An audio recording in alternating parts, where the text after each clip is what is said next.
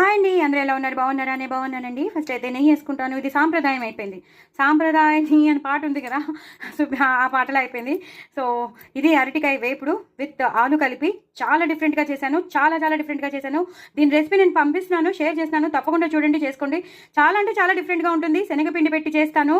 ఇది శనగపిండి బ్యాటర్లో కలపను, మనం వేయించేటప్పుడు వేస్తాను. అందుకే చెప్తాను చాలా డిఫరెంట్గా. అలాగే పచ్చిమిరపకాయలు చూసారా, యాస్టీస్గా వేసుకున్నాను. నాకు పచ్చిమిరపకాయలు అంటే చాలా ఇష్టం అని చెప్పాను కదా. సో పచ్చిమిరపకాయలు యాస్టీస్గా వేసుకున్నాను. అవన్నీ ఇంట్లో ఆ కూరలో ఉన్న పచ్చిమిరపకాయలు అన్నీ నావే, ఇంకెవరికి పెట్టను. ఎందుకంటే వాళ్ళు తినరు కాబట్టి. వాళ్ళు ఎవరికి పెట్టను, నేను ఒక్కదాన్ని చక్కగా ఎంజాయ్ చేస్తాను.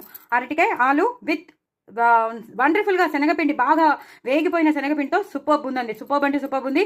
కంప్లీట్గా ఇలాగే చేసుకోండి. ఇలా సర్కిల్గా చేశాను. ఇవేమో ట్రెపీజియం అయ్యాయి, ట్రయాంగిల్స్ అయ్యాయి, రకరకాల మ్యాథమెటికల్ జామెట్రికల్ ఫిగర్స్ వచ్చేసాయి. సో చాలా చాలా టేస్టీగా ఉంది. మొత్తానికి చాలా టేస్టీగా ఉంది. పిల్లలైతే ఎంజాయ్ చేస్తారు. అలాగే అరటికాయ అసలైతే నేను ఇది చేశాను. అరటికాయ ఆవపెట్టిన కూర చేద్దామని అనుకుంటే పిల్లలు మళ్ళీ ఇది కావాలన్నారని మళ్ళీ ఇది కూడా చేశాను. సో ఫస్ట్ అయితే దీని ప్రిఫరెన్స్ అయితే ఇది సూపర్బ్ అండి. సూపర్బ్ అంటే సూపర్బ్. ఆవపెట్టిన చేసిన కూర ఎంత బాగా వచ్చిందంటే, ఇందులో మనం అన్ని పోపు దినుసులు వేస్తాం. పల్లీలు కూడా వేశాను. చాలా చాలా బాగా వచ్చింది. చాలా అంటే చాలా బాగా వచ్చింది. ఆవపెట్టి చేయాలి. లాస్ట్లో ఆవ పెట్టాలి.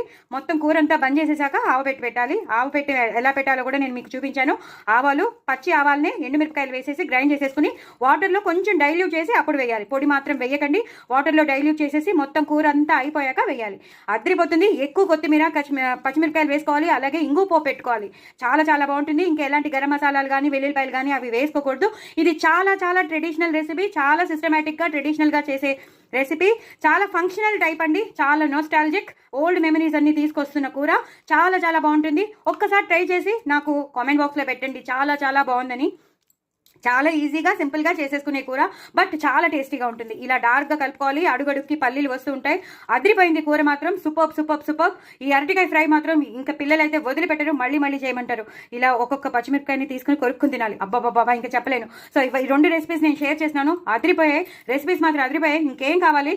ఈ రెండు ఉంటే చాలదా? అయినా నేను మామిడికాయ ఒరుగులు, గోంగూర కలిపిన పప్పు నేను దాచుకున్నాను. సో అది కూడా ఉంది. అయిపోయింది. చక్కగా నెయ్యి వేసుకుని తినేస్తాను, అన్ని ఎంజాయ్ చేసేస్తాను. ఈ పప్పు అయితే అదిరిపోయింది. అందుకే కావాలని దాచుకున్నాను. నేను నిన్న చేశాను, ఇవాళ దాచుకున్నాను. ఇవాళ కూడా వేసేసుకుంటానే అయిపోతుంది. సో మజ్జిగన్నమో పెరుగన్నమో తినేస్తే మొత్తం డిన్నర్ అయిపోతుంది. సో మీరు కూడా తప్పకుండా ట్రై చేయండి. నా ఛానల్ మాత్రం సబ్స్క్రైబ్ చేసుకోండి. అసలు మర్చిపోద్దు. అరటికాయ రొటీన్గా ఫ్రై కాకుండా ఇలా చేసుకోండి. చాలా చాలా బాగుంటుంది. చాలా అంటే చాలా బాగుంటుంది. అదిరిపోతుంది. ఈ ఫ్రై కూడా అదిరిపోతుంది. రొటీన్ ఫ్రై కాదు ఇది. సో అందుకే చెప్తున్నాను. సో డూ ట్రై ఇట్ అండి. నా ఛానల్ మాత్రం సబ్స్క్రైబ్ చేసుకోండి. అసలు మర్చిపోద్దు. తప్పకుండా చేయండి. వీడియోస్ అన్ని చూడండి. నేను ఇన్స్టాగ్రామ్లో పాటలు పాడుతున్నాను, అవి కూడా ఫాలో అవ్వండి. చాలా చాలా టేస్టీ అయిన రెసిపీస్. తప్పకుండా సబ్స్క్రైబ్ చేసుకోండి. Please please please. బాయ్ అండి.